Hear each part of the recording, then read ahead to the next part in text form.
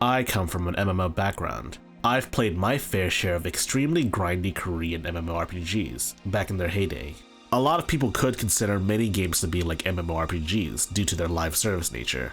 But today, I want to focus on some good old-fashioned MMORPGs.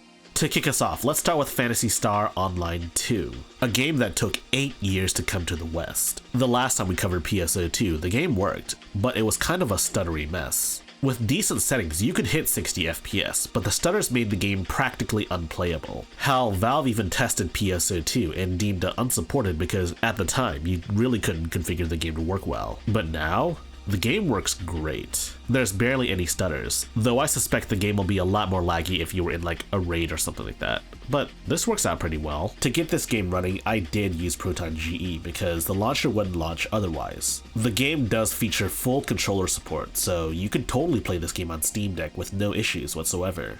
The next MMO I want to cover is Final Fantasy XIV. Final Fantasy XIV works great on Steam Deck. You could just launch the basic launcher on Steam Deck, but instead we're going to use 14 Launcher. It's a custom Final Fantasy XIV launcher with features. If you play Final Fantasy XIV on PC, it's highly recommended that you get this launcher, even on Windows. The installation process is fairly simple. Just follow this written guide in the link in the description down below, and you should be good to go. This guide also includes a tutorial on how to install this on your SD card. So how does Final Fantasy XIV run on Steam Deck? Well, you may have seen some of the other videos out there, but Final Fantasy XIV runs excellently. Also, Final Fantasy XIV has a free trial that lets you play through the base game as well as Heavensward, up to level 60. Beyond that though, you will need to pay for a subscription, about $15 a month. It's pretty expensive, but many say it's worth it. Now for the third major MMO I wanted to try out on Steam Deck, Path of Exile. You know, I'm not gonna lie, I've never played this game before. You know what I have played a lot of though? Diablo. Path of Exile features great controller support, which is great news for the Steam Deck. The game also runs really well on default settings. At times the game will dip below 60, especially if there's a lot of stuff going on, but with some graphical tweaking, you can definitely hit a solid 60 FPS for a vast majority of the game. Though obviously when things get really serious, the frame rate's gonna dip no matter what. Other than that though, this is a great game to play in your Steam Deck. Now that we've got 3 of the most popular MMORPGs out of the way, let's take a look at some other very obscure MMORPGs. This is Elsword. As you may have expected, Elsword does not work properly on Steam Deck. If you're just starting on Elsword, the furthest you can go with playing the game is looking at the character select screen and figuring out what character you want to play. Because guess what?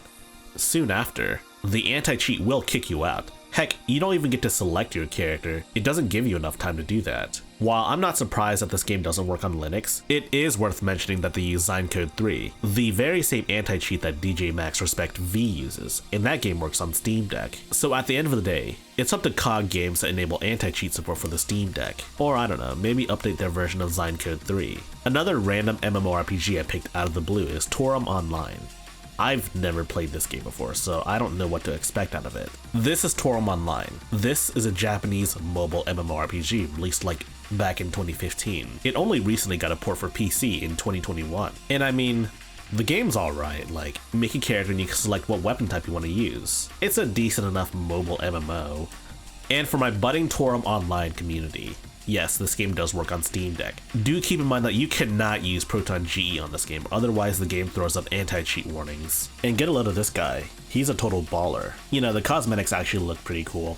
I've had my fun with MMORPGs that work on Steam Deck, and now it's time to rant about MMORPGs that don't work on Steam Deck. Aside from like random Korean MMOs like Elsword, you have major currently played MMORPGs that don't work on Steam Deck. Games like Black Desert and Lost Ark come to mind, and that's before getting to the myriad of non-MMORPG multiplayer games that don't work on Steam Deck due to anti-cheat incompatibility. Incompatibility that could otherwise be fixed by developers by enabling support for Linux or Steam Deck. I mean, come on man, 2 of the biggest MMORPGs in the world right now work on Steam Deck. 3 if you count WoW, and WoW's not even on Steam. If you like high-tech lowlife, you should check out the rest of my channel. And if you like the rest of my channel, you should like, subscribe, and spread the good gospel of high-tech lowlife.